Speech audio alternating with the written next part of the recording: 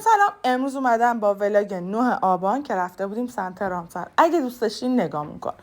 آقا یه سری دوستامون هستن تو کلیپ بلنده قبلی که گذاشتم برج هیجان داریم باهاشون بازی میکنیم، یا تو دو تا از کلیپ‌های دیگه هم هستن. این دوستامون دوستای صمیمیمونن که توی رامسر هم ویلا دارن.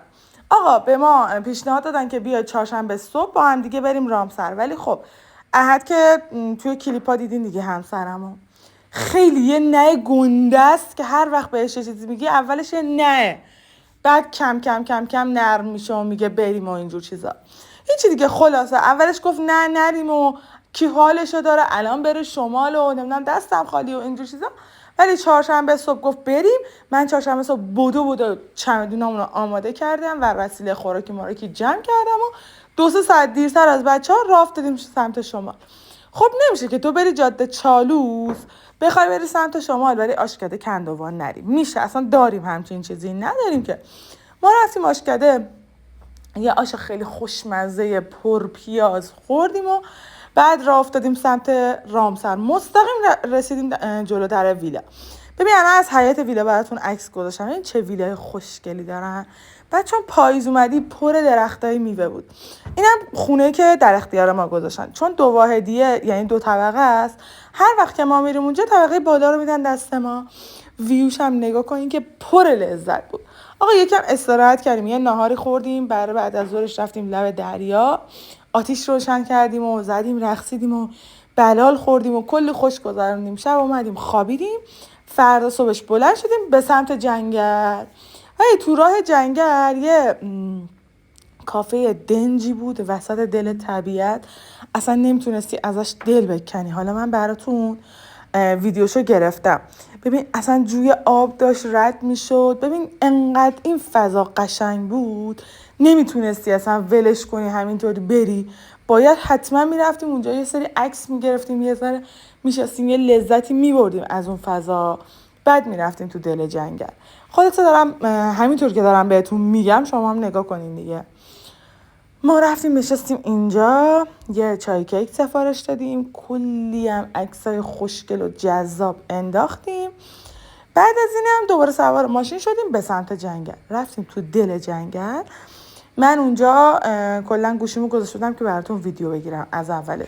یکم پیاده رفتیم یه جایی رو پیدا کنیم که بتونیم بر وسیله هامون رو بذاریم و بشینیم که جوجه موجمون و اینا رو ردیف کنیم، نهار مارمون رو بخوریم. یه جا اتراق کردیم، زیر اندازمون رو انداختیم، منم دوربین رو کاشتم کلا یه جا باشه.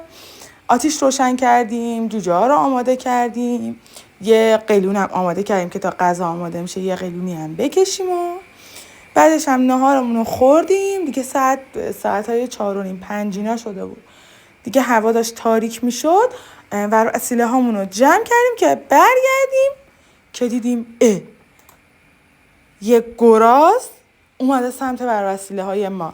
نمیدونم بوی غذا اومده بود، گشنش بود، چی بود، ولی ترسی از آدم نداشت. یعنی مثلا ما رو که دید خیلی عادی، من قشنگ براتون از نزدیک رفتم فیلم گرفتم، خیلی عادی کنار ما بود. ما اونجا که برنج و استخونای جوجه رو ریخته بودیم وایساد کل اونا رو خورد. ما هم دیدیم دیگه اینجوریه، سریعتر وسیله ها رو جمع کردیم و راه افتادیم بریم سمت ویلا. ولی خب قبل ویلا رفتن یه جا هست هر وقت ما میریم رامسر میریم اونجا شیرپسته میخوریم با سرشیر، خیلی خوشمزه است. بعد از اینکه شیرپسته خوردیم رفتیم خونه دیگه. برای بعد از ظهر توی حیاط آتیش روشن کردیم، یه املت روی آتیش درست کردیم، خوردیم و زدیم و رقصیدیم، خوابیدیم. فردا صبحش پا شدیم رفتیم اربه کله سمت رامسر. 100% اونایی که رامسرن دیدن اونجا رو. رفتیم اونجا یه سری عکسینا انداختیم. بعد از اونم رفتیم لب دریا، یکم کنار دریا وایسادیم، به صدای دریا گوش دادیم، عکسای قشنگ و ویدیوهای قشنگ گرفتیم. نهارمون هم لب دریا خوردیم و راه افتادیم به سمت خونه. ولی مگه میشه توی راه رامسر باشی و شیرینی لیلی نری؟ اصلا امکان نداره.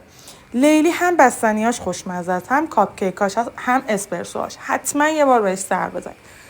بعد از اونم اومدیم تو ماشین کاپ کیکمون رو با چای زدیم و برگشتیم سمت خونه. مرسی که نگاهمون میکنین.